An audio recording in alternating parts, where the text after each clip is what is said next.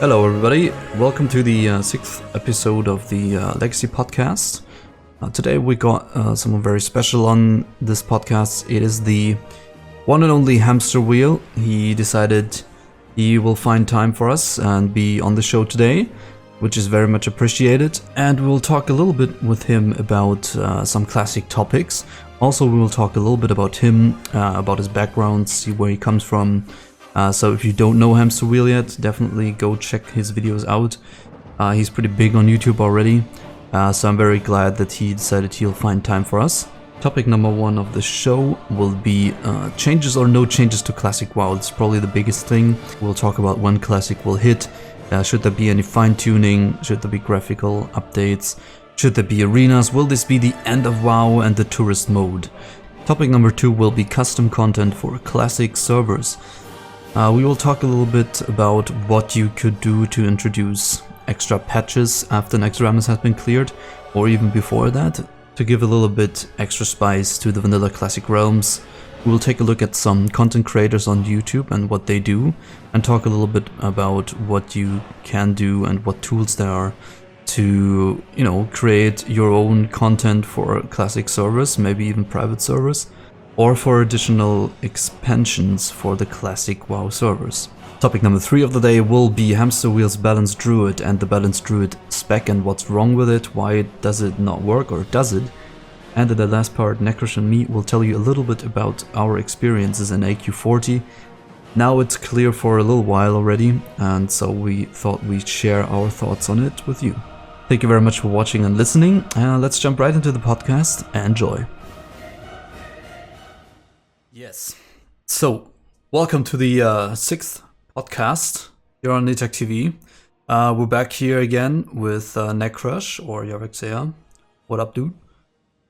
Hello, I'm here again. Yeah, and we got a special guest here tonight. Invited him. He took his time, much appreciated, to be on this podcast. He got a couple of subs on YouTube and makes a lot of videos. A couple. So Hamsterwheel's with us tonight, which is awesome. Thank you very much for joining us. How are you doing? I'm doing pretty good, man, and thank you for having me on your podcast. I'm looking forward to discussing a few things here and there, so. Right. Yeah, I have to thank you, obviously, right? Small channel, you join us. Oh, that's really awesome of you. But No yeah, problem. as you just said, Easter makes it possible. Yep. Perfect. Right, so yeah, before we jump into the topics, we've got three big topics tonight, and first, I'm just gonna ask you a couple questions for, I don't know, maybe a couple of people want to know a little bit more about you, so you at least get something out of this. So, yeah, first question I would have: where are you from, and why is your name Hamsterwheel? So I am from the Netherlands, born and raised there. My name is Hamsterwheel because this goes way back to when Warming was still Molten WoW, and I was making a character name. And I am generally pretty bad with character names. I can never come up with a really cool one. So I was making a shaman there, a new character, and I just didn't know what name to pick. Right. And I was on my second monitor. I had some videos playing. One was playing from WoW Krender. I believe it was the video where he shows what Blizzard does when the servers are offline. And there was one line where he was saying, "Did we oil up the hamster wheels?" And I was like, "Huh, hamster wheel? Kind of a dumb and stupid and random name, but it fits, and no one took it, so bam, hamster wheel." All right. And I don't know why, but that's the name that people remember me from. It stuck. The name stuck with me, and ever since I started using that, because that's how people knew me. So, and then Hamsterwheel Gaming was born, and then eventually I dropped the gaming part because the gaming part was a little redundant. So there you go. That's how I became Hamsterwheel. Perfect. I see. Yep. So, okay, then everyone probably wants to know, and I want to know, when did you start playing like WoW at all? Just really quickly, and where do you play at the moment? I started playing in 2004. I didn't play from day one. It was one of those things where you went over to your friend's house and they were playing the cool new game, and they were still quite low level. They were like level 7 or level 8, and they were showing me this game, and I was very impressed by it. So of course I wanted to play with them. So A couple of days later, I ran to the store and got the game myself. So I did start quite early on, but not from day one, basically. Right. So I played through vanilla, and then I quit right before TBC came out on my own account, and then I played on a friend's account for a little bit on TBC, and so I quit very early on, and right now where I play, I currently play on Dalaran WoW a little bit because I raid there with real life friends, and I play on a new server I'm kind of interested in, which is Crypt WoW, which is kind of like Primal WoW, but with a little bit more possibilities and a little bit more custom content, which normally I'm not that big a fan of, but I was intrigued enough to check this out to give it a go. And it's 3 times experience rate, so there's not a whole lot of time investment you have to do in order to get to the max level and basically check out the raiding content. So there you go. Okay, good, interesting, custom content. Yeah, that's what we'll get into later. Perfect. So basically like us, we started playing when it came out, like a couple weeks after release. Yeah. Almost the same, I don't know. Then, did you ever play on Light's Hope or Elysium? Because I don't remember, when watching your videos, I never really got it if you've been on Elysium or Light's Hope. I don't think you have, right? I actually did play on Elysium, but very briefly because, basically Nostalrius was like the hot new server, and then it got shut down, and I heard Nostalrius coming back. And right. I heard that many of my friends, including Orc and a bunch of other real-life friends, were all going to play there. So I was like, I really want to play with those guys. Yeah. So I decided to come back. I leveled a rogue there, but as you probably know, there's also been a lot of very questionable stuff that was released when Elysium was still like old school, the first Elysium, basically. Yes. And that it basically got to a point where it's a 1 times rate vanilla server, so it's a huge time investment before you even get to like max level dungeons and raiding. And I thought it was just I didn't have faith in the project anymore, where they were basically pulling characters out of thin air and they were in debt with Chinese gold sellers and all that. I was like, yeah, this is too much of a time investment. If this was like a 12 times rate, I would probably just stick with it and at least see max level content. But because I was level 24, I believe, and I still had like 36 levels to go, I was like, no. Yeah.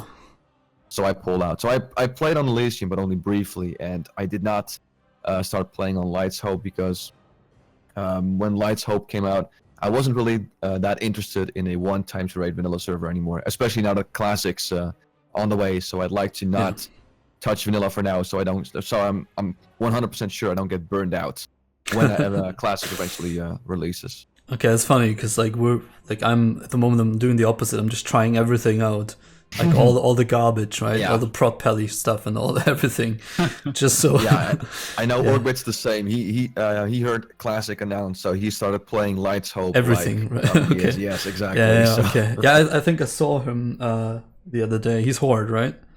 Yeah, he's Shaman, of course. Yeah, of course. I saw him in Cenarion Hall the other day, I guess. Really? Yeah, I saw him there, I think. Did you kill him? I didn't. No, Cenarion Hall, man. Come on, yeah, we're friendly. We're friendly. Shit. Wreck bomb him. Yeah, we could. And then Hearthstone out. But we still need to be friendly towards him, right? He's a little bit of PvP on a PvP server. Why not? All right, maybe sometimes people get offended easily. Nah, okay. Yeah. So yeah, right. But obviously, we all moved on to Let's Hope now, and Elysium can create their rank 14 characters and sell it to the Chinese if they want. Yep. Right. So at the moment, you are playing an owl. You said you're leveling it. Yes. Correctly. Well, I'm leveling as feral because leveling balance. What? That is not the owl dream. What is this? I know. But the thing is, like, it's a 3 times rate server, and okay.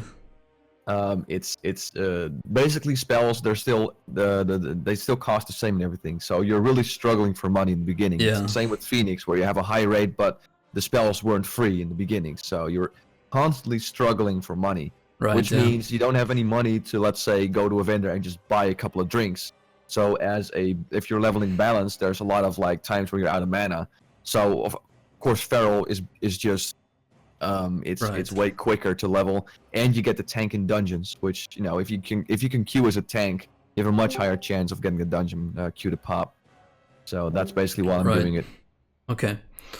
Makes sense. Yeah, I tried leveling the Dream. I quit. I expect Feral. It's just like we'll talk about it later.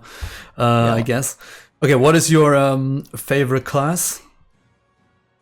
Tough. I have in vanilla. Let's just keep it vanilla for now. All right, vanilla. Jesus, it's probably Druid, but followed very closely by Shaman and Mage. Shaman and Mage. Yeah. Okay. So probably Druid 1, Shaman 2, and Mage number 3. Right. Okay. So your thoughts on classic servers really quick, and that's basically the transition to the first topic tonight. So just like your general thoughts, you're excited. What do you expect? Do you want LFR or what changes? Oh boy. Let me get on my soapbox here. Now, I want classic to be classic. I expect, as of right now, what I expect from Blizzard is to just do what they say, and they said that they're well aware that the people want classic to be just classic. So I expect them to at least release a vanilla server without any of the changes that came later, like Dungeon Finder and Raid Finder. Yes. And all that bullshit, or heirloom gear or whatever. So I expect them to release a proper classic server. Now, whether that's what that'll actually be the case, no one really knows. I don't have any insights on Blizzard. I can't predict the future, but so right now we can only basically the only thing we have is what they're saying, and they said we're well aware that classic. Exactly. Yeah. That's all we got. So I have faith in them doing it. Whether they're going to pull through it, we're just going to have to see. Right. So there you go. Yeah, that's my quick thoughts. Okay, that's your quick thoughts on it. Okay, I get it. So basically, like us, we, first, because there's a lot of, I think people really get offended really quickly if you say you want, I don't know, a guild bank in it, and then Alexandrial's fanboys come over and cry for no changes and how stupid we are. I think that's not the point. I think everyone understands that like classic should stay classic, and like my point of view is that it should be before they screw everything over, keep it how it is, right? Yeah. Because you can't really go wrong with it. But I still think, like my personal opinion is, you could make one or two tweaks here and there, and now this is controversial because where do you draw the line? I get it, but I mean, it's the slippery slope argument, because if you add one thing, then where are you going to draw the line exactly? So right, tough. But like what we're talking about is like things like a guild bank. I think everyone, like, I have the survey open here, like the big thing, the ultimate survey or whatever, right? Remember that? Yeah, and there's like things in it you can pretty much stick with that thing. Like if a lot of people want a guild bank in it because it doesn't affect the gameplay really, but some people would argue no, just keep it the same. But yeah, that's basically topic number 1 tonight, and so that's where we'll jump in basically. So yeah, what do you think about the fine tuning? Are you absolutely against it, or what would you say? It's tough. Well, first of all, I like all the bugs to be fixed, because that were throughout the patches, because the Blizzard never intended for them to be in classic WoW, so it makes sense to get rid of those. Right. Regarding any minor changes like that, it's really tough. I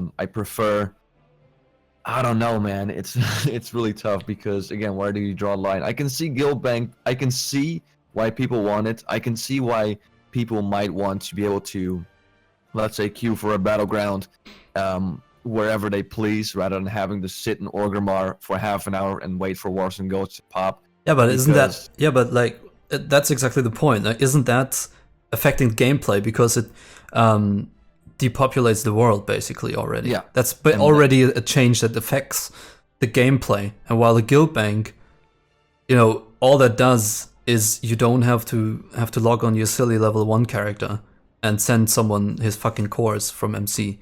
right? Yeah, let alone having one guy who has the guild bank character, so you trust him with all that shit. So. Yeah, it's even worse, right? That's what I mean. Like, it should be.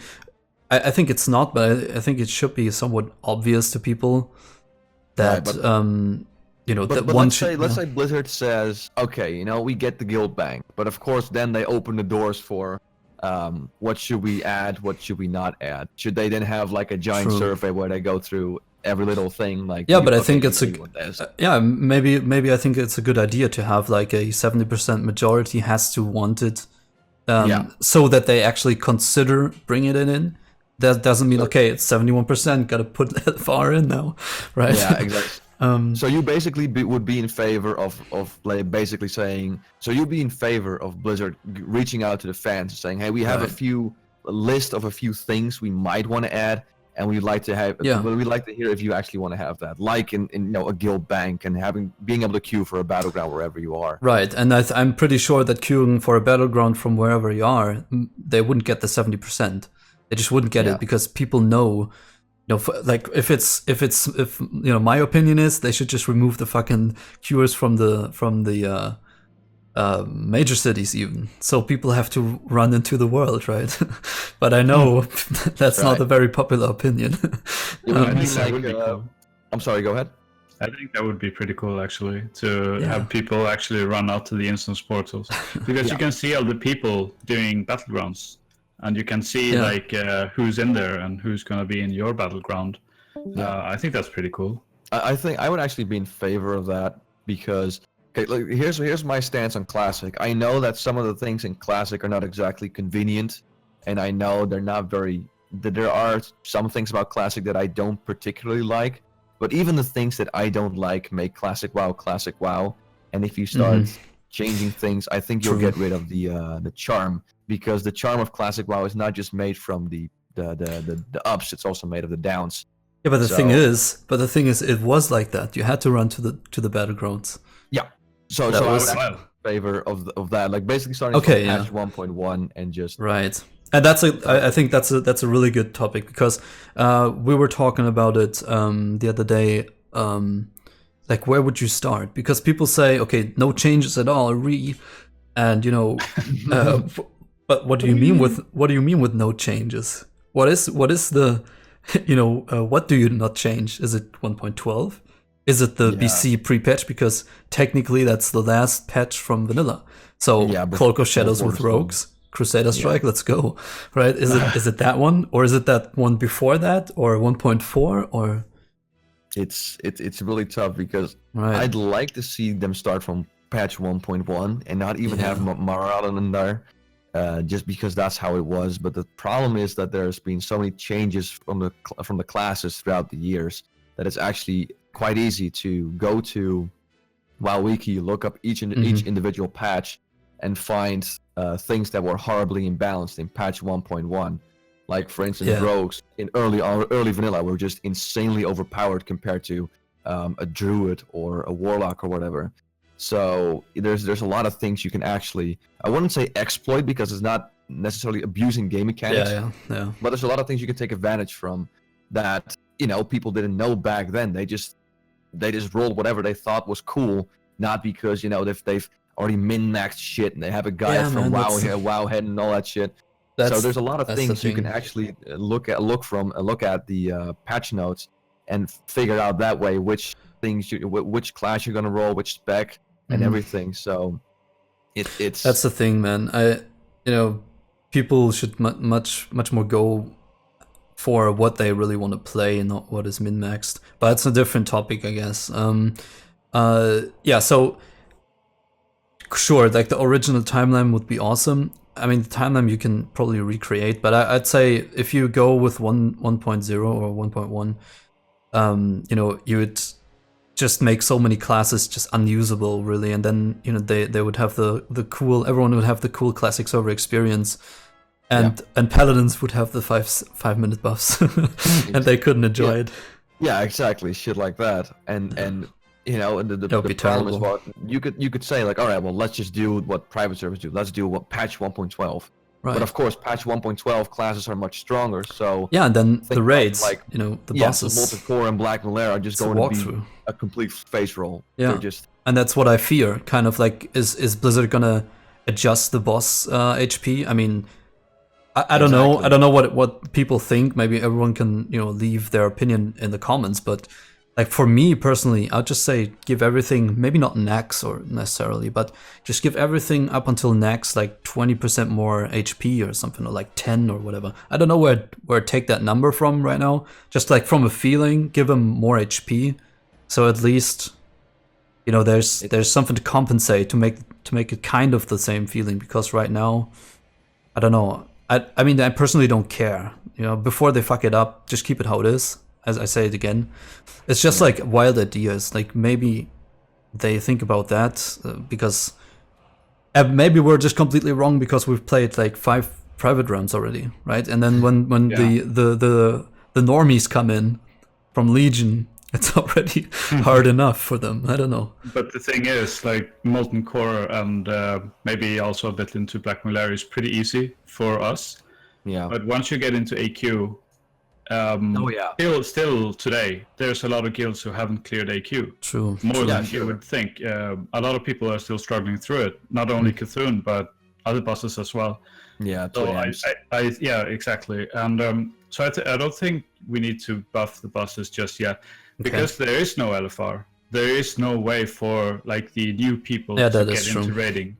The only way is through Molten Core, so it needs to be entry level. Right. And to be fair, it's not just going to be people. The people that are going to play Classic, and this is just my speculation. I don't speak for everyone, but I think it's going to be a mix of people who play on private servers right now, basically you and me. But it's also going to be people that haven't played WoW in a long time and are coming back because they know their old game is coming back. And it's probably going to be a chunk of people that play Legion right now that are kind of curious on, hey, the Classic does sound kind of cool. So what you're having is a chunk of players that know exactly what they're doing, ergo the private server people. Yeah, and you're going to have a chunk of players that are going to be horribly inexperienced.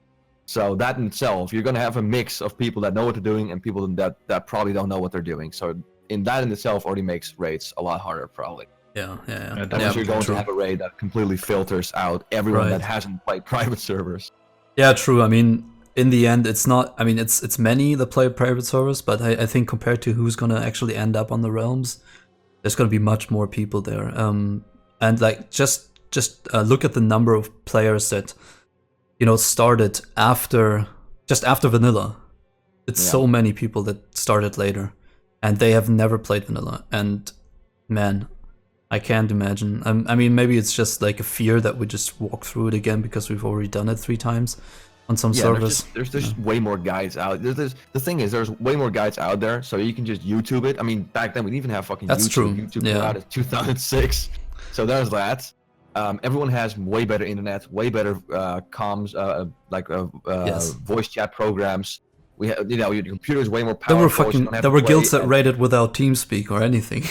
Yes, I remember what I had to do back in vanilla was actually I would look at the ground all the time because that was the only way I could get some decent FPS. but that means I couldn't see what the fuck was going on. So and now of course it's like some of our raiders, right? I still have that experience. Oh my god. Yeah, you're a warlock, right? Yeah, like Viscidus, when everybody blows bombs and shit on Viscidus, the game just freezes. Oh my god. And suppression room and all that. Yeah. I mean, one thing I'd really like to see is just remove all the add-ons. Imagine that, logging into 1.1 and there is no add-ons. I think that would actually be beneficial because, I mean, vanilla has so many quirks, but the add-ons sort of fixes them, right? Questy, Healbot, Luna unit frames, all that stuff. It sort of fixes all these problems, and the problem sort of makes vanilla nice in a way because it's not perfect; it's very unpolished, and I like that kind of aspect of the game. So I would really like to see just no add-ons. Let people figure it out for themselves. It's basically, and that's the thing. People have throughout the years, we've streamlined everything in vanilla. We know exactly where to go. We know exactly what quests to do. We know exactly what is best in slot. Everything. So right now, vanilla Experience private server is like a highway. It's straight, it's fast, it's straightforward. We know exactly where to go. Everything's clear. And old school vanilla was a curvy mountain road where you saw way more. When the experience was way better. Yeah, you didn't know anything, man. A lot slower, but you just saw way more of the world. Yes. True. So there you go. True.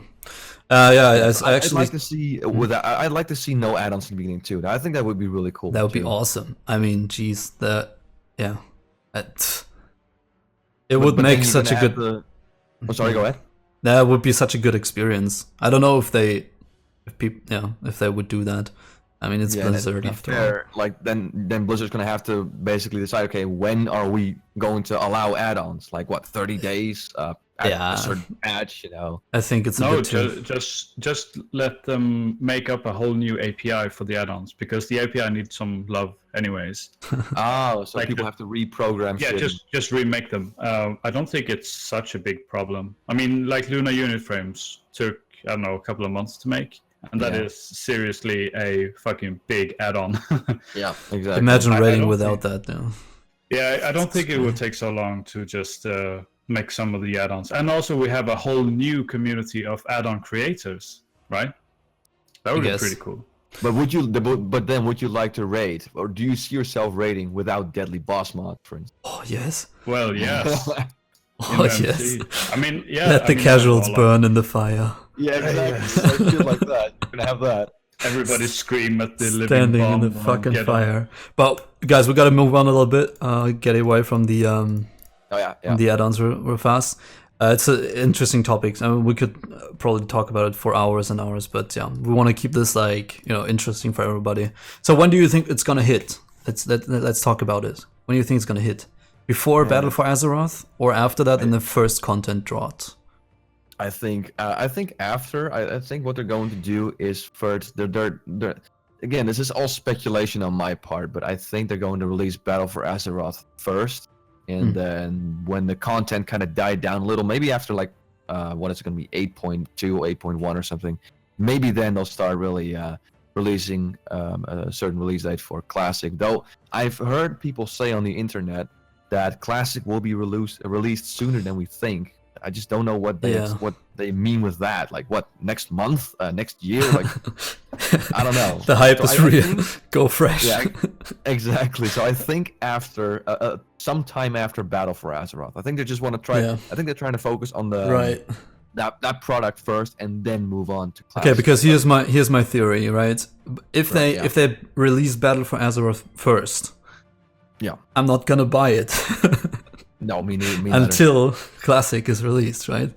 Yeah. So same. Either they're speculating of like everyone is gonna buy it, but they won't have the Classic in released yet. So a lot of people they're just gonna miss out on a lot of people in the initial sale.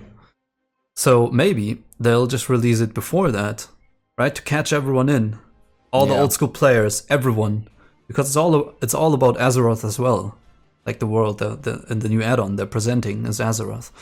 And I'm gonna laugh my ass off if they release it at the same time. That would be awesome, man. And so my theory is that they're just gonna try to get everyone back in, all the old school players, everyone that dropped over the years, and all the private server guys into the Classic boat, and then they're gonna bring BFA out, so that everyone maybe thinks about giving it a try, and then.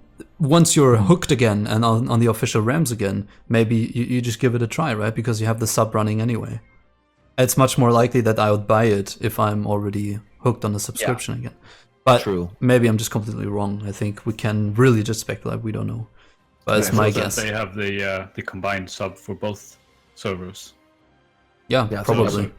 Yeah, I mean, that would be the best solution. Also because they can have... I mean, there are a lot of people who are like...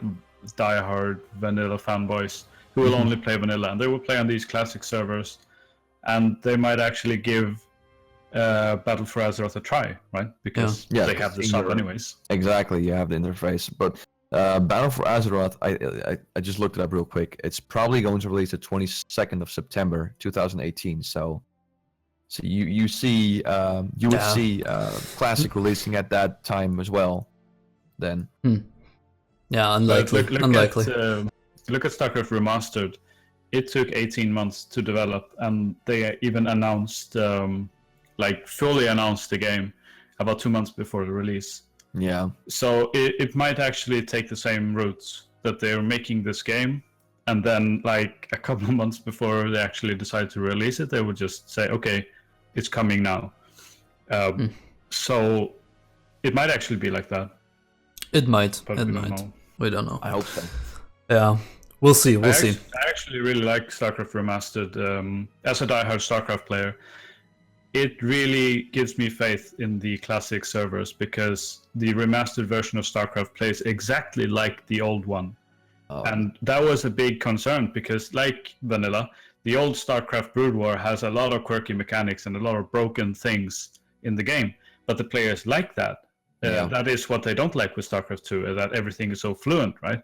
Yeah, it's too smooth. Yeah, exactly. And so StarCraft Remastered is just completely plays like the old game. And everything that is new, like the updated graphics, the system stuff, all that can be toggled off. So the experience is exactly the same. I can even play the original StarCraft Brood War game with someone who's playing the remastered version. They're compatible. Right. And so I just think that this gives me a lot of hope for the classic server, that they will keep it as vanilla as possible. Yeah, good point. I mean, I have no idea about StarCraft. I never played it really. So, yeah, maybe they know what they're doing and remastering old games. But like the graphics models, good point. New models or no? What do you think? Or toggle them off? Toggle at least. Yeah. Man, it's tough. I'm trying to think. Basically, I don't want anything that will affect the game experience. I don't think graphics will affect the game experience unless you maybe look up some streamer you like, and they are now playing classic WoW with the Warlords of Draenor, the newer models. Maybe that will might make people a little salty. I wouldn't mind it that much, to be honest. Yeah, me neither. I mean, I'd if they're smart, they're just gonna put all the new models in. I mean, and then make it so that you can turn them on or off. It's shouldn't be a problem at all. Yeah, I mean they did the same. Like Nikrash has said, they did it for StarCraft Remastered, and I don't think there was a whole lot of backlash from diehard StarCraft fans that they had models and it was toggleable. Like for example, gnomes, I would toggle the new models off because they're ugly, and then the old ones they're normal. Have you seen how Night Elf males run in the new? Yeah, it's kind of terrible. So but what I really would like to see is the world, like shadows and everything upgraded. That would really be awesome. They don't need to take it too far, but I don't know, like shadows and everything in the trees and all that. That does look a little bit better on retail, I think. Another thing I really want them to change is the support for more than one monitor, because it shuts off your audio if you go out of the screen, and that is really annoying. Like if you're sitting there fishing or something and you're listening for the sound, it shuts off. Or if you're streaming, and you want to write something in the chat or I don't know, do something, it just shuts off the audio of the game. So there's no sound and background option. Nothing, no, not in vanilla. Yeah. I didn't even know that. So that is something I would like to see changed, and also just like a system optimization, because even now the game runs pretty bad. Yeah, it's true. It's true. So graphics, I wouldn't mind it too much, to be honest. So yeah. All right. If we added that, I'd be like, well, whatever, Right, I think we're all on the same page, kind of. Like, who doesn't like it can just turn it off. I think it's a fair deal. Yeah, I wouldn't. But I think like the world could actually need a little bit of polishing. Yeah, maybe a little bit of extra, like viewing distance and stuff like that. Lighting effects, shadows, and all that. But anyway, okay. I think everyone agrees on that. Then like the timeline, that was something interesting that I saw. Sometimes, usually on private servers, it's Warsong AVAB. Actually, it's Warsong AB and then AV later, which is wrong. So it used to be that Warsong was out, then AV came out, and then AB was like the last one. I believe it came with I don't know, ZG or something. Yeah, Blackwing there. I don't know. Yeah, it was a later patch, and anyway, and so I'd like to see that fixed, or at least. And while we're at the battlegrounds, maybe an interesting thing is a lot of people were thinking about arena, in vanilla. Yes. Just and then there's two options that we came up with. Either you just make it for fun without gear, because it's kind of a brawl against friends or whatever. That would be awesome. Like in the Darrowshire arena or something, like an NPC, or put a camp there with dudes, and then you can play there and queue up for it. Or you make it so that like on the really, really high ratings, like the 1% from a server gets the rank 14 gear. What's your take on that? Oof, I'm in favor of the old school honor. Keep the ranking system, but like the BG ranking system would be for the not normal players, the longer grind, right? But you get it at the end, and the arena would be for the people. If you're good, you're good. If you're at the 1%, you get it anyway. Because people say there's no skill involved in the rank 14. Yeah, that is true. It only requires you to. Well, there is some skill. Like the best way to do it is, of course, to join a pre-made. And that's how you rack up honor. And in order to join a pre-made, you need to be at least half decent at PvP. But yeah, you don't need to be the best in every BG in order to get the highest gear. You just need to spend a shitload of time in those BGs. Yeah. So that's how honor decay worked. To be honest, I'm gonna have to stick to what the arena meant in vanilla when it was still retail vanilla. And arena in vanilla, it was just a little bit of an extra. There was no extra gear you could get through arena. It was just more for bragging rights. Right. So just I would basic. I'd like to see arena. I don't know, maybe a title or something like that. I don't think I would like very much there to be like gear that you could obtain. That would be like something that would be too custom for me, basically. Right, I would agree. Like have arena for the PvPers that want to do it. But just have exactly. like a title, like you were whatever gladiator, and then everyone knows, you like beat everyone basically, but you don't get like any big sword because because the title is very little, and arena was part of vanilla. It was like a very late patch, but it was there, so people can't really complain. That's not vanilla. Yeah. No. So I'd like to see that, have arena in there, but then only have maybe a title, but not any like extra gear, not like, I don't know, rank 14 elite or some shit like they have in retail now. So yeah. Oh yeah. One thing I would like to see with just the battlegrounds is they implemented a patch at some point that would try to make premates face each other more, but that didn't really work. Oh man, you're just touching a big topic here. Get them to do that more, because it's sort of when you join a pug and you're just getting stomped by premates, and also if you do premates and you just face pugs, you just stomp them. Yeah. And it's boring, right? You want to compete for this. Yeah, but like the point that people make is like we grouped up as a premate, so we should, of course it's premate is going to be superior versus pugs. That's why we group, But I think it's a really tough topic. I just, to be honest, I just leave it out because there was like 60 pages on the Nost forums about this, and people almost murdered each other over it, and I don't know. I think we should move on. And guys, everything that we say basically right now is just like things or ideas that I picked up somewhere from people, and it's interesting to see what people think about it. Like the arena, someone brought that up, and it's interesting to see if it doesn't affect anyone, if it's just for bragging rights and just a brawl that you can play against your friends. It's definitely something interesting to discuss. So don't lose your shit and light your house on fire because there's a change that we discuss, right? Some people say this might be the end of WoW, like Age of Conan, I guess. Yeah, like that. It's someone said that's what I picked up on YouTube actually, that this might be kind of like marks the end of it, because Battle for Azeroth might not attract enough people and be not as good as all the other add-ons, and it's slowly coming to an end. And now the Classic comes in, and more people will be attracted to that and relive it, and then they would get in trouble. So That's the theory behind it that I saw. That's really tough. What is of course they don't release their subscriber numbers anymore, right? They stopped doing that after. It can't be that tough high. because then you have to basically kind of know when will Blizzard decide to pull the plug, at what subscriber amount will they do it, because I don't think they will do it. Let's say they'll drop down to 1 million. I mean, that's a huge drop for them.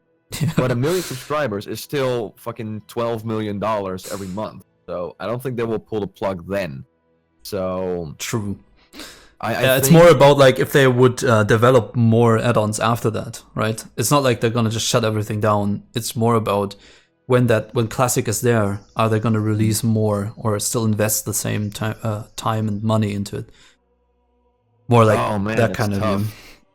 That's really tough. I mean, as long as for me, it's very simple. As long as the retail, the Battle for Azeroth, as long as that version of the game is profitable, they'll keep releasing major patches and they'll keep releasing expansions. So it really comes down to when it stops becoming profitable for Blizzard. I don't see that. I can see a chunk of players. Like here's the thing. Coming back to the target audience of Classic. The target audience of Classic is not people that are playing BFA right now. So I think there's going to be a chunk of players that is going to go from Classic to, or from BFA to Classic at some point. But I don't think it's going to be that much that that Blizzard will start to really worry about BFA still being profitable. I don't see that happening anytime. Okay, fair enough, I guess. Then I actually saw something. What do you think of new raids? New raids or class. Yeah, that's the two more things that we have. New raids. Maybe we can touch on the new raids later. But the other thing is, what do you think of class tweaks? And I'm not talking tweaks. I'm not talking about I don't know. Changing everything or having I don't know, prot paladins. I'm not talking about prot paladins having a shield wall or anything like that. Nothing, I'm just talking about like the owl. Basically, we'll get into that later. Usually the problem with an owl is either you go you run or you don't have any spell hit, right? You in vanilla you don't have any spell hit, so it's basically unplayable because 18% or what is it, 16 Necros? 17% of those spells are going to miss, while other specs like mages and everything, they have like some sort of spell hit they can spec into their in their trees. So what do you think of like little tweaks down in the owl tree, like basically almost at the ultimate? Put a talent in there that is very deep down, so you really have to commit to it. Almost at the moon, or just give the Moonkin form, like 3 spell hit for itself or something, or make it spec, make a talent in there that you can get 6% spell hit from the talents very deep into the owl spec, so that not everyone can get it, but if you commit to it, what do you think of this? Or like a taunt in the Prot Pally tree all the way down there next to Holy Shield, so not every paladin has it, but if you commit and you dedicate your playing time to being a prop paladin, that then you get 1 taunt, not 2, not a challenging roar, not a mocking blow, 1 taunt, right, on a 10-second cooldown, just so that it is at least somewhat playable. What do you think of this kind of stuff? Oh man, that's a really good one, because the balanced druid inside of me wants to have like very viable talents and be able to be on top of the damage meter, so to say. But oh man, this is really tough, because this is where I probably gonna have to say no thank you, because I can see why people would like that, especially if you're raiding as a red pally or a boomkin or whatever. But again, I'm gonna have to look back at what people wanted, what people advocated for years. With the survey and all the videos that were made, and people just wanted Classic to be Classic. And I think one of those changes, while I would definitely get excited about it, I don't think people in general, and this is just speculation, I only speak for myself, not for other people, think people will not really like like it that much. I think that is too much of a change because it will affect... Even though it probably wouldn't be, because Moonkins would still be like mediocre in damage, like in the middle at least, but just not below a tank anymore. You know what I'm saying? It's I see. It will affect how many people will play Moonkin, so it's going to affect how many people will go resto. It's going to affect raid setups and all that. And this is where I'm gonna have to. It's interesting. No. Yeah. I'm torn in between because, like my ult is a red pally, and I have no problem. I beat a lot of people in DPS. It's a funny thing about it, right? And mostly the people, but my main is like prot warrior because I just want to play. My main needs to be something that actually works out, because in the main raid I don't want to waste anyone's time, right? So and then as an alt, it's funny because I could see making very small changes so that those underdog specs are at least they shouldn't be tweaked as much that they're topping the meters, that all of a sudden red pellets are number one. But repentance, you could replace that with a fucking Crusader strike with like I wouldn't even give a shit, like 12-second cooldown that does 50% weapon damage. It doesn't matter, just something so you can actually play the spec without it feeling so wooden, right? I tried the owl. True. Nothing, it was so weird, man. It just didn't feel right, and it's very sluggish. I know. Yeah, I know. It's very painful to get out. I don't of even Moonkin know form, wand. break yourself, and then get into Moonkin form and away.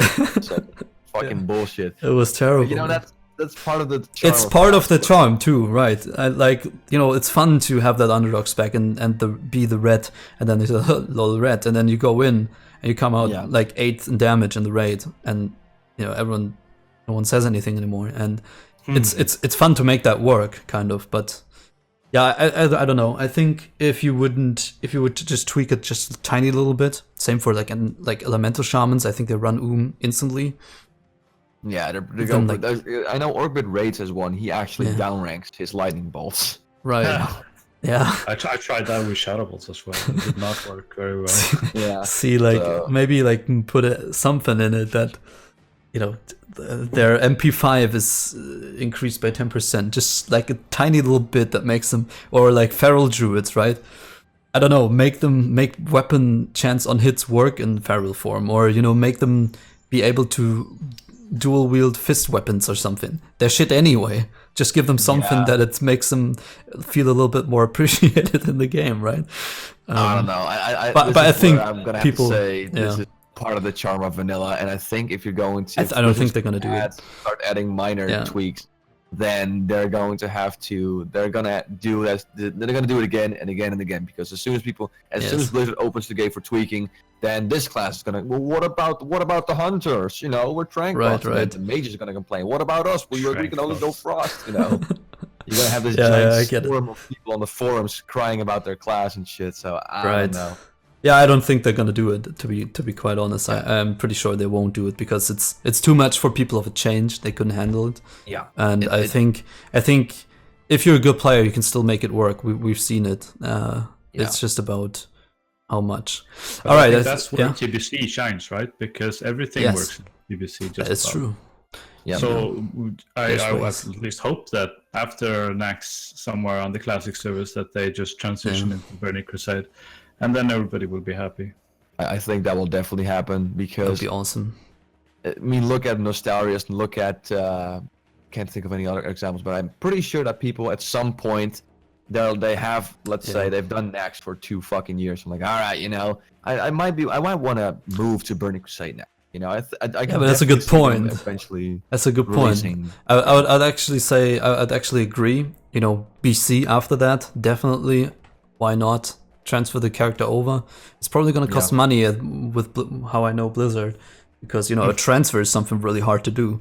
So you better pay $20. But it's a good cut to jump into the next topic, and those topics will be a bit more comprehensive and smaller and shorter. So we'll be right back. And that will be the custom content, and there was a hint that they might release that, so we'll be just right back.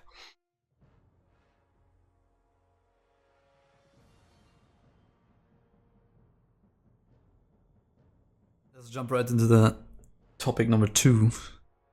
after a short break, which is the what happens. Let's come back from the part 1. So we cleared Naxx on the official classic realms, and you got your tier 3 slowly, and what is the next thing, like what's going on? So A was BC.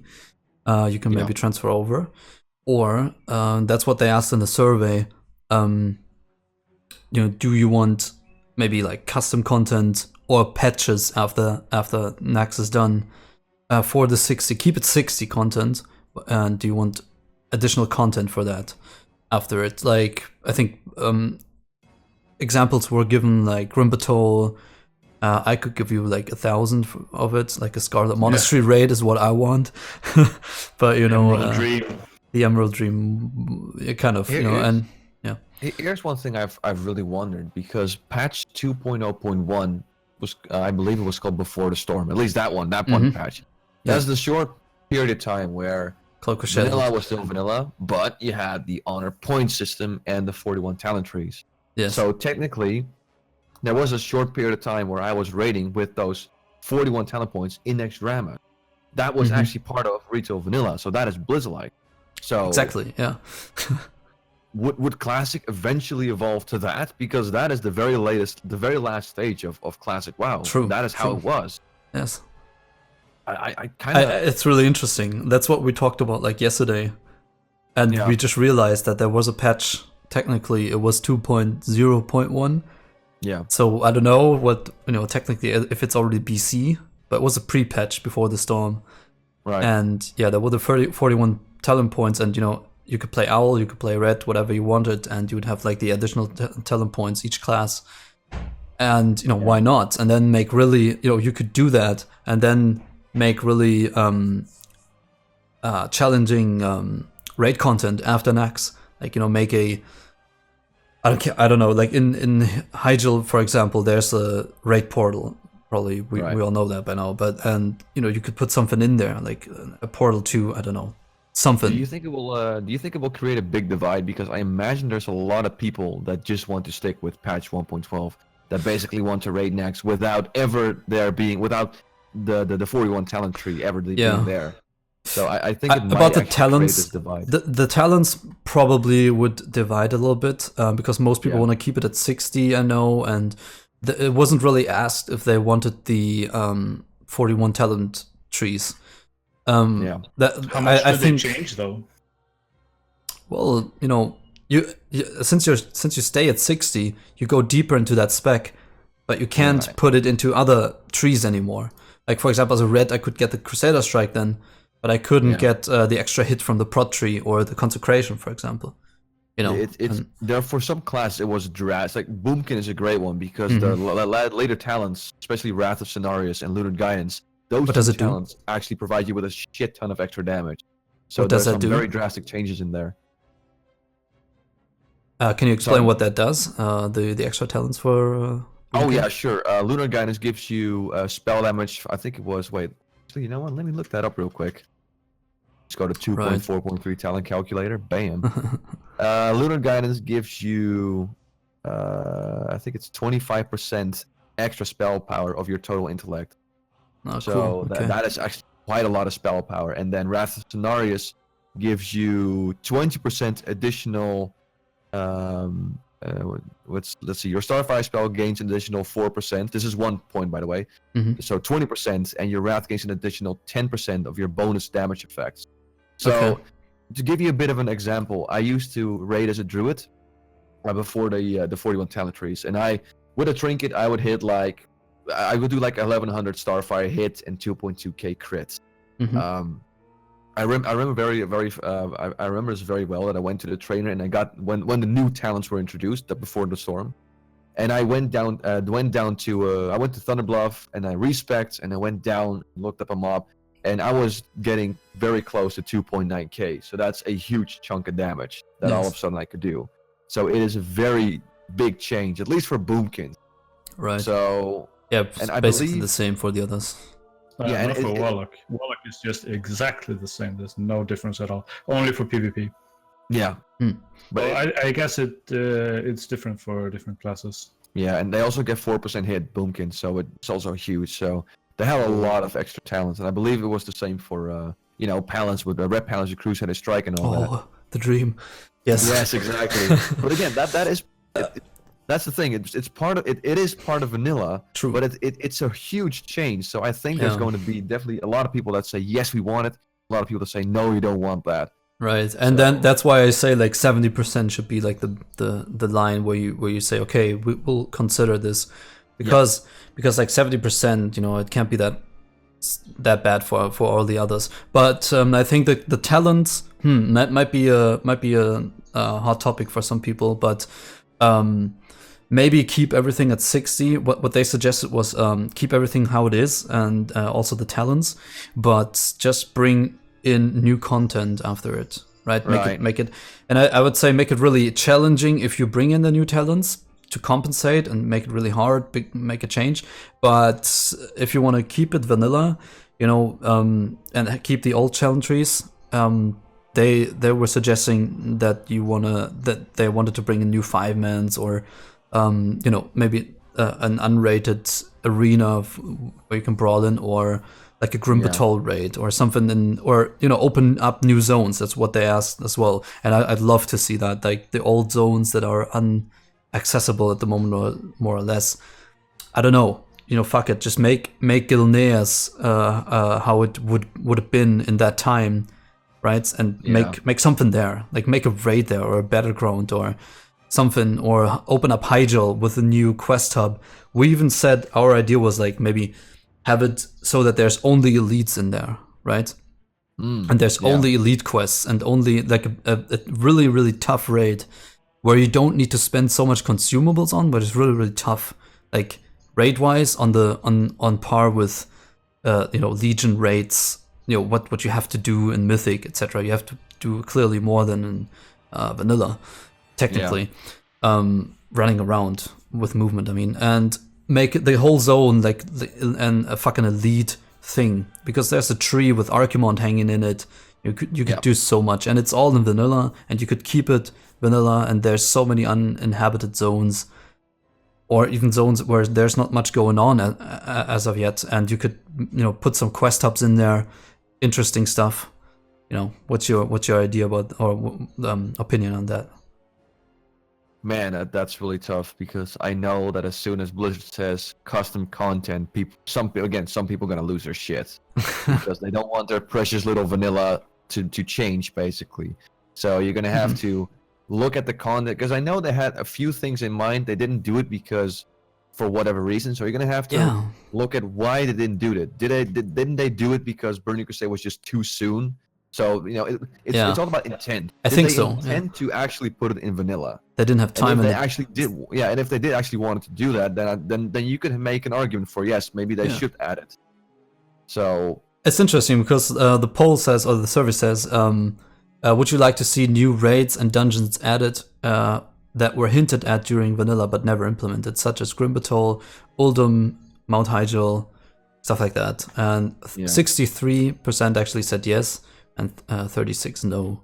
And the same was like inaccessible zones, 60% wanted, 40 not so much, but it obviously kind of depends.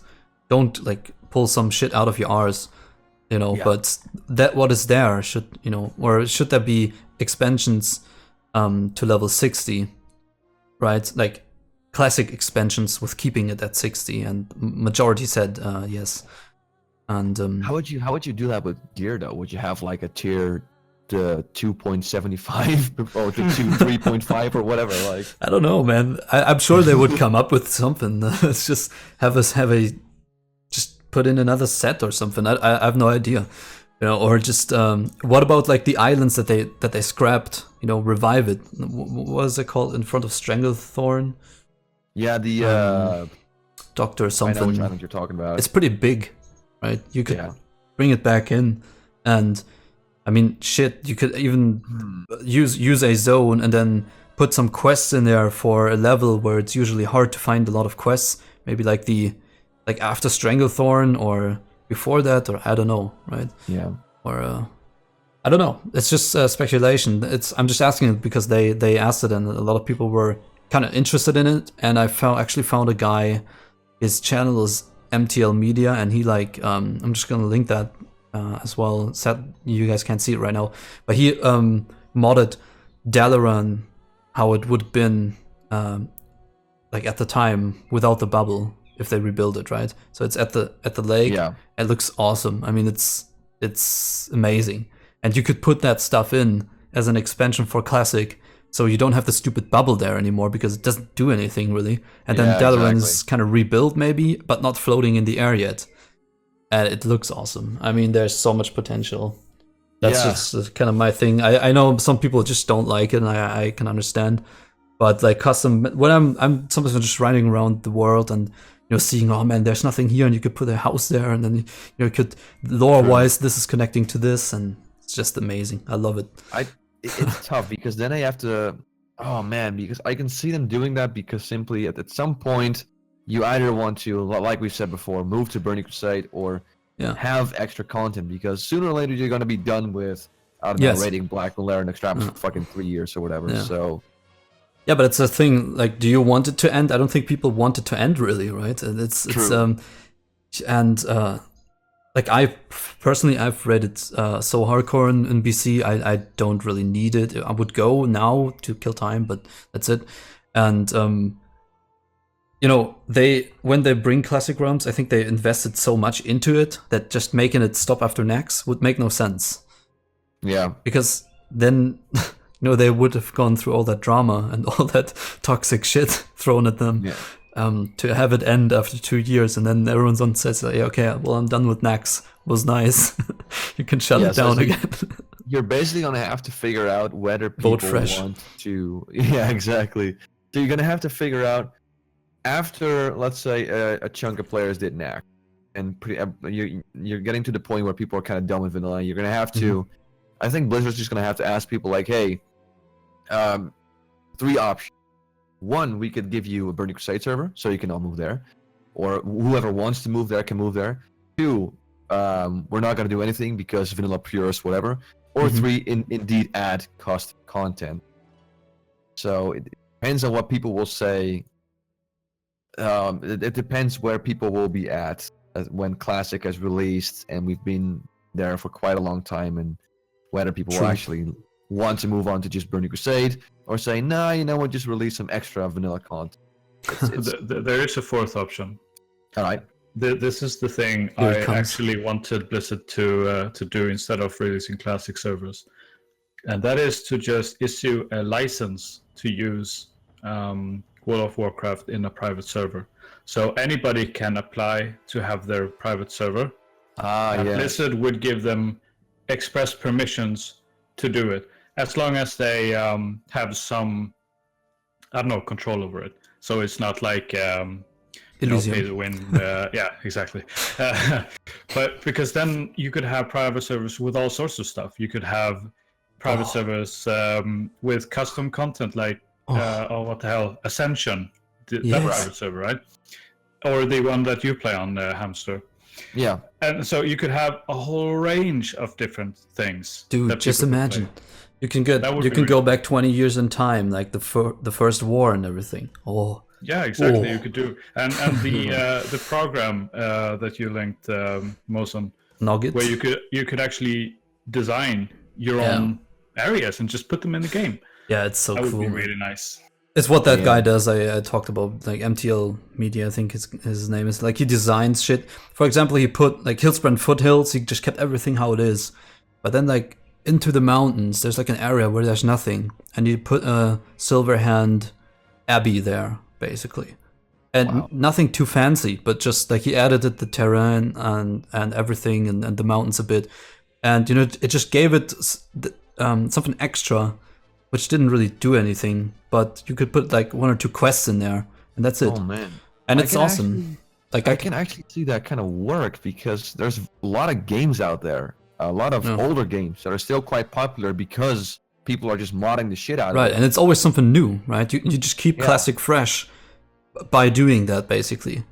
And of course, because they're like separate private servers. If you don't like it, if you're a vanilla purist, you can just stay on your own little Classic server and never, it doesn't have any effect on you. So that is actually not a bad option. Right, and then you could just keep it very selective or selected.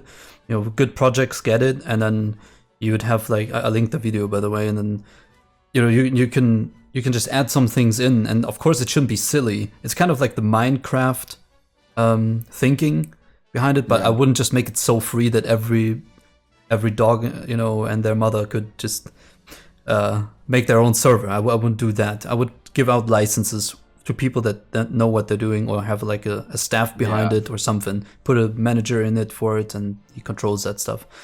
That's interesting. Or they just do that themselves and say, okay, now there's a new patch coming in, you know, and they just add new stuff in it. Everything stays at 60. It's just something new.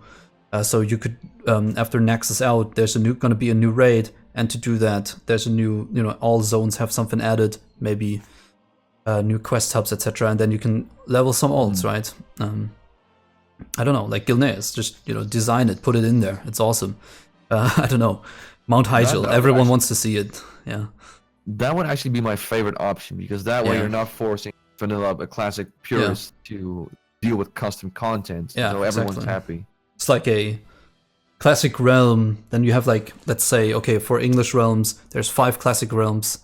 Have some names, and then on the bottom, you know, there's 2 with custom content, right? A certain name. That would be very interesting. It's just like if you get into it, I can really just recommend to everyone that you just, you know, type in custom content, check out what is possible, and especially MTL Media's channel. It's like really small, and he does amazing shit there. I don't know, like, and the program is called Nugget, and you know, you can do so much, and you can even do quests, you know, script quests if you're a little bit creative. It's interesting, and so yeah, definitely something to check it out. And even if you don't like it and don't want a new classic experience, it's interesting to see what people can do, right? What is possible.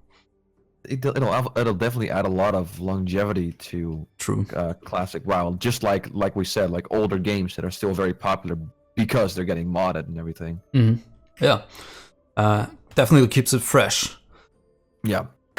Okay, I think that wraps it up for the custom content. You know, let us know what you guys think. Maybe we're just talking shit, and I'm sure not everyone wants it at all. Like, some people want to, you know, vote fresh after Naxx. There's a reason for it. That people go to Kronos 3 now after, you know, being on the server and that we play on until AQ, and now all of a sudden some people go to Kronos 3 to re-roll again, right? It's another 8 months of Molten Core. Yeah, exactly. Jesus. But you know, it's different people, like different stuff. That's how this stuff works. Let's jump into the next topic in a second, and cut here.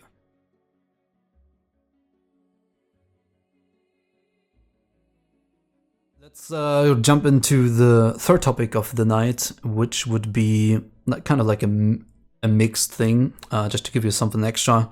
That is basically Necrosh and my AQ40 recap, because we haven't done it. I started this podcast basically when we were in MC, I believe, and it was kind of like a long-term, very slow vlog, you could say, of how we did the stuff that we did on this new server. And now we're basically done with AQ40. I don't know, Hamster, you probably have rated AQ40 on a vanilla realm before. Yeah, I've in retail I've rated AQ40 a lot. You know, because it was an absolute bitch of an raid to get through. We got all the way up to Twin M's. We didn't kill Twin M's or Cthulhu, which only like, I don't know, a couple of months ago I managed to kill, because this guild I was in, you know, did an AQ, and they even let like idiots like me join. I totally got carried, but I was very happy to see finally Cthulhu and Twin M's getting killed. So I basically did the fair chunk of it in retail, and then the last few bosses on the private server not too long ago. So that's my AQ40 experience. Okay, good. Yeah, what because for us, maybe I can say what I thought about it, and Necrosh definitely want to hear what you think. Because for me, I haven't touched AQ40 because back then I was in the States. I couldn't really play, and then when I got back, that was like 4 months or so, and PC hit. So I kind of missed that part exactly. And here on, so this is the first time, because no private server always got to 40, AQ 40. So this time it was actually scripted and there, and you could actually raid it. I found it to be quite easy, to be honest, and I don't know why. Like, I think I get it. It was a little bit of a challenge, like, you know, more the trash than anything else. And then you got to, okay, Uro was a little bit you know, weird to, you know, it's very hard to control the fight, very kind of random. And Satoon is an awesome fight. I really got to say that it's really cool. And but I remember a lot of people told me like the trash to Satoon and the twins is so hard.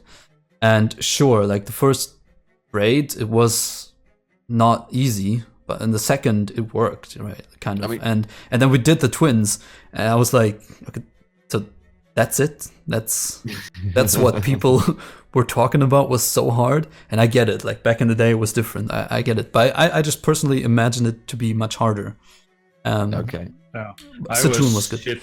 I was so scared for Twin Emperors because as a warlock, I was supposed to tank the shit. Yeah. Never really tanked anything in vanilla before, and but yeah, I think I would just spam the Searing Pain thing, and I get aggro, and well, I'm getting healed. I spam Searing Pain more, and then we kill it. It's just I expected more from that. It was more the trash before. And I think it's pretty funny. I have a friend in another guild, and I asked him, how are you doing in AQ? And he said, we're progressing on twin trash. And it's just so typical, right, of vanilla. Like the trash is harder than the bosses. Yeah, it's so weird. But yeah, Cthulhu, definitely a very difficult encounter and very fun to do. Yeah, that was by far the most enjoyable fight for me too. The trash is interesting because it's not really that hard. It's just it's either plague, unforgiving, which means you get away from the raid, or it's meteor, so you stack up. I believe those are the two things, right? Mm-hmm. Yes. So, and thunderclap get away. Oh yeah, and when it explodes, you need to get the fuck out of there or something like that. Right. I mean, so go ahead. It's not that hard, but just that if one person fucks up, it's detrimental to the entire raid. So. Mm-hmm. That's probably why people thought it was so tough. It's the same with the packs leading up. The last ads before you do Osirian in AQ20, they're total cancer. I hate those ads. Yeah. But yeah, I kind of have to agree with you guys that AQ is not particularly that hard, though. Cthulhu is definitely a total bitch of a fight. That is very tough and totally epic. That's a good fight, right? It's Yeah. Yeah, and true to vanilla, there's always one boss who will just completely randomly kill you, which removes your world bosses, and that's of course Sartura. And especially as a warlock, we have no shields. We have a lot of HP, but we have no shields. We're still clothies. And then suddenly this bug, for no apparent reason, just goes up to you and smacks you in the face. Yep, exactly. Well deserved. Rip EM buffs and everything. Right.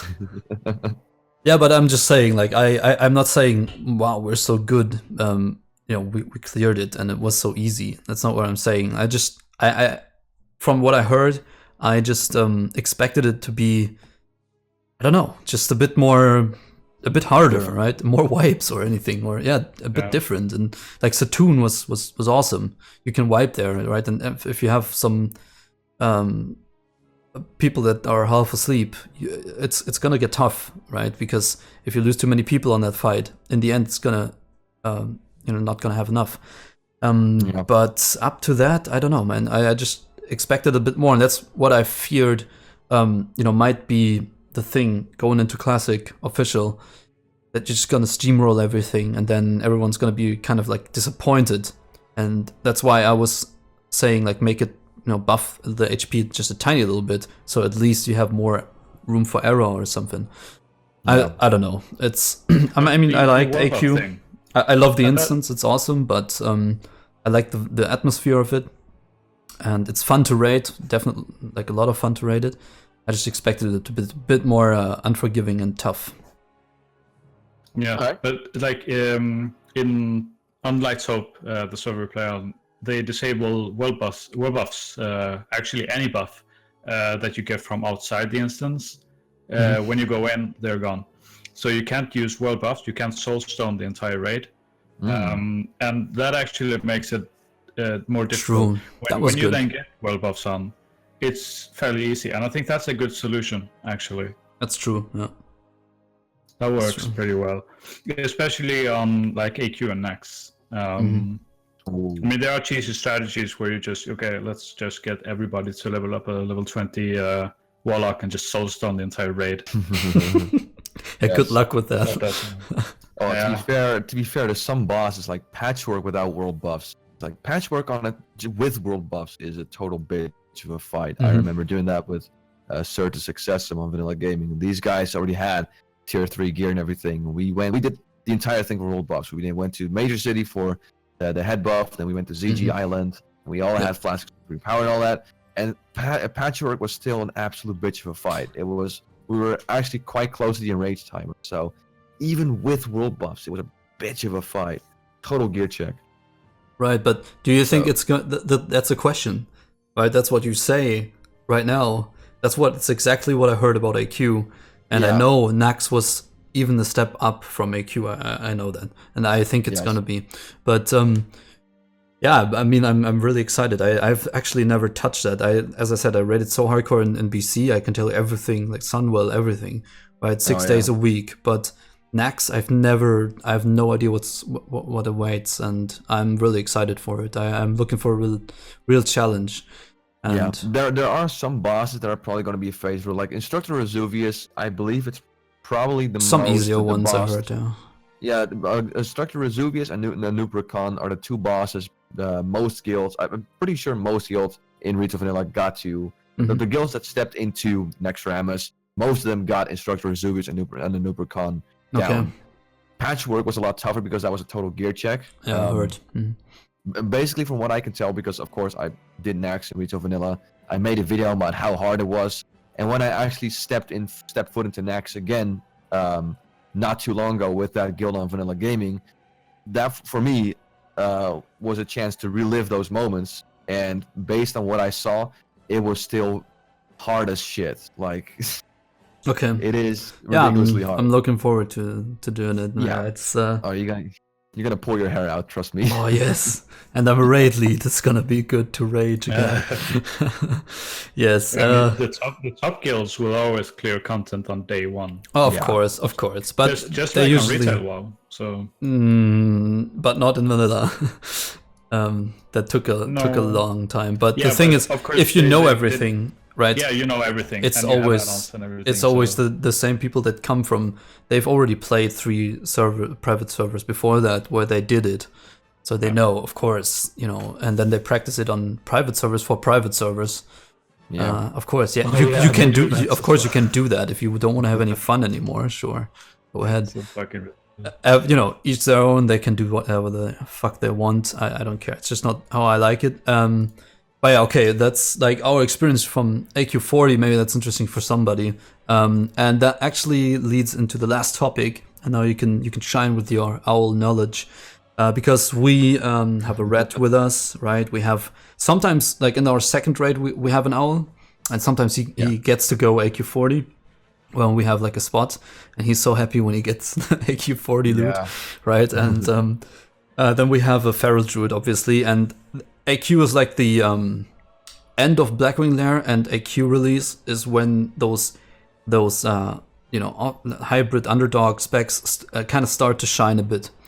Our red got the 5 set from the set from AQ, and that's like 71 spell. It's a lot. It has everything on it that a red needs, and then all of a sudden he came out really good on some bosses. And like really, like our DPS, they know what they're doing, and they are consumable, and they push out damage. Not on every boss, obviously. Still, pure DPS is gonna be always better, but he got a chance. So what do you think about the owl? Because the red, everyone checks the guide and knows where to look up. But like I feel like the owl is like feral red. That's more common nowadays already. Yeah. But owls are really rare still. Same for prot pallies, man. Never. I'm trying it right now. I'll do some footage. I'll upload it about it and just share what I learned about it and how to make it work. But like the owl, we got you here. So go ahead. Like, what's the problem? And how do you fix it? Can you actually fix it? Oh boy. I've only seen owls that were like, I don't know, 2 places above the tanks. 3. Yeah. Okay, so the first problem with the owls is the biggest problem is of course the fact they go out of mana. That too soon, like way too soon. That's and the problem with well, first of all, with druids in general, they were never designed to be a top DPS class. They were never designed to be the best healer. They were always designed to be the jack of all trades but the master of none. But because they had all this utility, you know, battle rest and all that stuff, that's where they shine. So they were never meant to be a very good DPS in the first place. So with that being said, they're already at a disadvantage. Problem with balanced druids is the fact that one, they go out of mana very quickly. So what I always did, I didn't play a balanced druid through Naxx, unfortunately.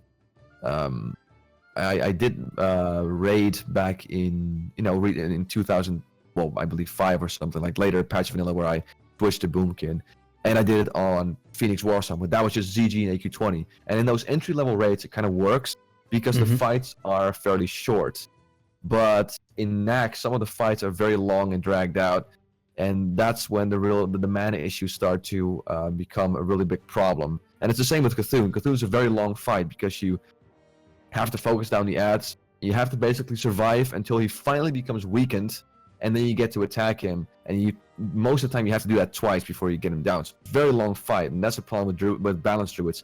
They just don't have the mana to last that fight. They don't have evocation. They don't have life tap. They do have an innervate, but that it's just not enough, and it's a very long cooldown as well. Yeah. So it's first of all, it's mana problems. Second of all, they don't do a whole lot of damage to begin with. They're always at the bottom. And second of all, just gear. Getting the gear is really tough because the spell hit. Because Paladins, Avengers tier 2.5 is really good for Paladins. Like you said, it's great. But if you look at Genesis, I saw that, man. I thought there would be like a set in AQ that finally, is itemized well for like an owl, or at least for a feral. It wasn't. Exactly. Like it's like the Avengers set is so good for red. It has everything on it that a red needs. Yeah, and then the problem with it's the same with the Stormcaller set for shamans. Stormcaller, like let's say you're elemental, you still have pieces with strength and agility. It doesn't do a whole lot of good. And it's the same with druids. The Genesis headpiece, for instance, it gives you strength, agility, stamina, intellect, all that stuff, bit of spell damage, and then melee critical strike. Yeah, and then the set bonus for you as a Moonkin. So you constantly have to look for these off pieces. I know a few Moonkins that did raid Naxx on vanilla gaming, and the only reason, first of all, they had to find every single they have to find all these off pieces, basically the headpiece from Blackmoon Lair and the full Bloodvine set, and then a few other stuff like that. And basically what they did, or why they were able to join raids, is because they provided 3% crit for the mages to get those rolling ignite. Yeah, exactly. Okay, that's a good point for the mages or warlocks or whatever. Yeah, exactly. And that's why you also bring a Shadow Priest. You don't bring a Shadow Priest because they're sick at DPS. They give you Shadowy. That's 10% shadow damage for warlocks. Yeah, exactly. So, and that's why you don't see a whole lot of Boomkins and a whole lot of Shadow Priests, because a raid usually just wants 1, maybe 2 if you have a lot of mages, just for the buffs. They don't want any Boomkin just for the DPS, because that's not what they're there for. Yeah, exactly. They just can't keep up. So, in short, it's the mana issues. It's the fact that they don't do good DPS. The fact that they don't have any real gear geared towards them, and the fact that you only really need 1 or 2 Boomkins just to buff the classy DPS. So that's it. There you go. That's the problem with the owl, basically. All right, but it works for entry level raids, because I did that on Phoenix Warsong. I was able to do decent DPS because the fights were kind of short. But in in-game raiding, again, AQ40 and Naxx, it's really tough, and you're just a buff bot, basically. But I would have thought that maybe in the entry levels you just stick with resto or whatever, and as soon as the items come into the game that give you spell hit, maybe then you could let one guy respec to be in the warlock group and buff the spell crit. Yeah, exactly. So that's basically what I did on Phoenix Warsong. Every time I got invited to a raid, I I had full Bloodvine set and all that because Bloodvine is of course just overpowered. It's amazing for spellcasters. Every time I got invited to a group there, and I always got put into a group with warlocks or in a group with mages, because that's okay. But as soon as some other druids, a balanced druid joined, they were like, well, we already have a boomkin for Moonkin Aura, so Yeah, exactly. we don't really need Right. you. We have one in the second raid, and yeah. And that's basically it. And then they have like they can either choose another boomkin, which doesn't really give them a whole lot of utility because they already have the Moonkin Aura, or they could get a mage that will just do better DPS, or a warlock that will do that better DPS. And most of the time they'll almost always go with the warlock. Yeah, true. I mean, I think in the end it's kind of like usually it's not gonna make a difference if you kill a boss or not, right? It's just how your guild rolls, right? If it's all the people that like if we have one owl and it makes the raid last, if you add everything up 3 minutes longer, then I don't want to be in it. Or you have the guilds that say, hey, play whatever you want, just make it work, and then it's gonna be fine. I think it's just basically how the guild rolls. That's basically how I did. I organized a few pugs, Karazhan, and Phoenix Archangel, and you could you could organize the pug by getting the best DPS you could. Or what I did is I have a certain threshold of DPS you need to get in order to do Naxx. The minimum I told people you have to do at least about 700 to 800 DPS, absolute minimum. Yes. Now, the sweet spot for Karazhan is about 1,000 DPS. So I don't care if you're some weird prot red pally. As long as you do that 1,000 DPS, you are pulling your own weight. You get to come. I don't care what gear you have, how do you spec. As long as you do that DPS, you're fine. Right. Yeah, so exactly. So as long as I always go with, I don't want 5 Moonkins in my raid, but yeah, I'd accept one if he's really good. If he makes it work, fine. Like he needs to be flasked every raid, right? Like the red, I expect a flask of my red in the raid, of course, etc. And like if you make that work, we'll take one of those, and like a feral, and that's it. So yeah, I guess. But what do you think of what do you think of what we were talking about these sets that don't really make sense? What do you think of maybe tokens or coins like in BC for the custom content raids that might hit after Naxx? Like you get it's kind of the thing already in AQ, but then you get the same piece. Like you get the diadem thing of Veclore or whatever, and then you go to a guy and then you can choose a spell damage heavy thing, a resto thing, and a feral that thing. would be awesome. I think, and that's really why I love Burning Crusade so much. They really made the right decision to just give you the shoulders of the vanquished defender. Yeah. And with that, you could either choose Feral, you could either choose Balance, or just Resto.